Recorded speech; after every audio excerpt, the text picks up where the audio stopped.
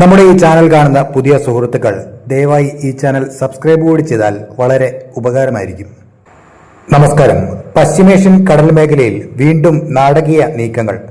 പാകിസ്ഥാനിലെ കറാച്ചി തുറമുഖത്തേക്ക് ലക്ഷ്യം വെച്ച് പുറപ്പെട്ട സെലൻ എന്ന കൂറ്റൻ കണ്ടെയ്നർ കപ്പൽ വഴിമാറി മുംബൈയിലേക്ക് വരുന്നു.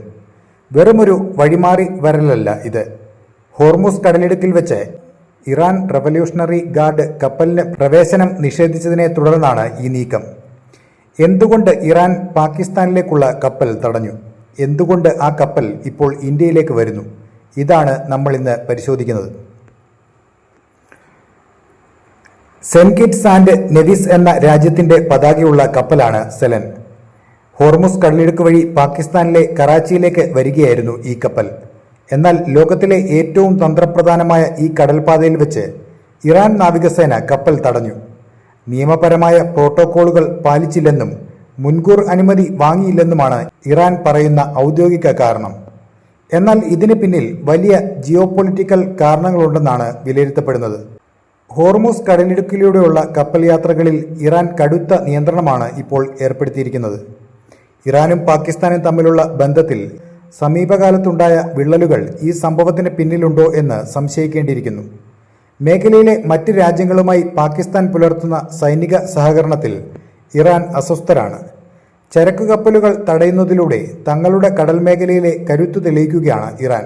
കറാച്ചിയിലേക്ക് പ്രവേശനം കിട്ടാതെ വന്നതോടെ ദിവസങ്ങളോളം UAE തീരത്ത് ഈ കപ്പൽ നങ്കൂരമിട്ടിരുന്നു. ഒടുവിൽ ലക്ഷ്യസ്ഥാനം കറാച്ചിയിൽ നിന്നും മുംബൈയിലേക്ക് മാറ്റാൻ കപ്പൽ അധികൃതർ നിർബന്ധിതരായിരിക്കുകയാണ്. ഇവിടെയാണ് ഇന്ത്യയുടെ പ്രസക്തി വർദ്ധിക്കുന്നത്. പാകിസ്ഥാനിലേക്കുള്ള കപ്പലുകൾ തടയപ്പെടുമ്പോഴും ഇന്ത്യൻ കപ്പലുകൾക്ക് ഈ മേഖലയിലൂടെ സുരക്ഷിതമായി കടന്നുപോകാൻ ഇറാൻ സൗകര്യം ഒരുക്കുന്നുണ്ട്. ഇന്ത്യൻ നാവികസേനയുടെ ഓപ്പറേഷൻ ഊർജ്ജ സുരക്ഷ ഈ പാതയിൽ വളരെ സജീവമാണ്. സെലൻ കപ്പൽ ഇപ്പോൾ മുംബൈ തുറമുഖത്തേക്ക് വരുന്നത് ഇന്ത്യയുടെ സുരക്ഷിതമായ വ്യാപാര അന്തരീക്ഷത്തെയാണ് ലോകത്തിന് കാണിച്ചു കൊടുക്കുന്നത്. ഇറാനുമായി ഇന്ത്യ പുലർത്തുന്ന നയതന്ത്ര ബന്ധം ഇത്തരം പ്രതിസന്ധി ഘട്ടങ്ങളിൽ നമുക്ക് തുണയാകുന്നുണ്ട്. ചുരുക്കത്തിൽ പശ്ചിമേഷ്യയിലെ യുദ്ധസമാനമായ സാഹചര്യത്തിൽ ഓരോ നീക്കവും ലോകം ഉറ്റുനോക്കുകയാണ്. കറാച്ചിക്ക് പകരം മുംബൈ ലക്ഷ്യമാക്കി ഈ കപ്പൽ നീങ്ങുമ്പോൾ അത് മേഖലയിലെ മാറുന്ന രാഷ്ട്രീയ സമവാക്യങ്ങളുടെ കൂടി സൂചനയാണ്. പാകിസ്ഥാന്റെ വ്യാപാര മേഖലയ്ക്ക് ഇത് വലിയൊരു തിരിച്ചടിയാണ്. ഈ വിഷയത്തിൽ നിങ്ങളുടെ അഭിപ്രായങ്ങൾ താഴെ കമന്റ് ചെയ്യുക. കൂടുതൽ ഡിഫൻസ് വാർത്തകൾക്കായി ഈ ചാനൽ സബ്സ്ക്രൈബ് ചെയ്യുക. നന്ദി.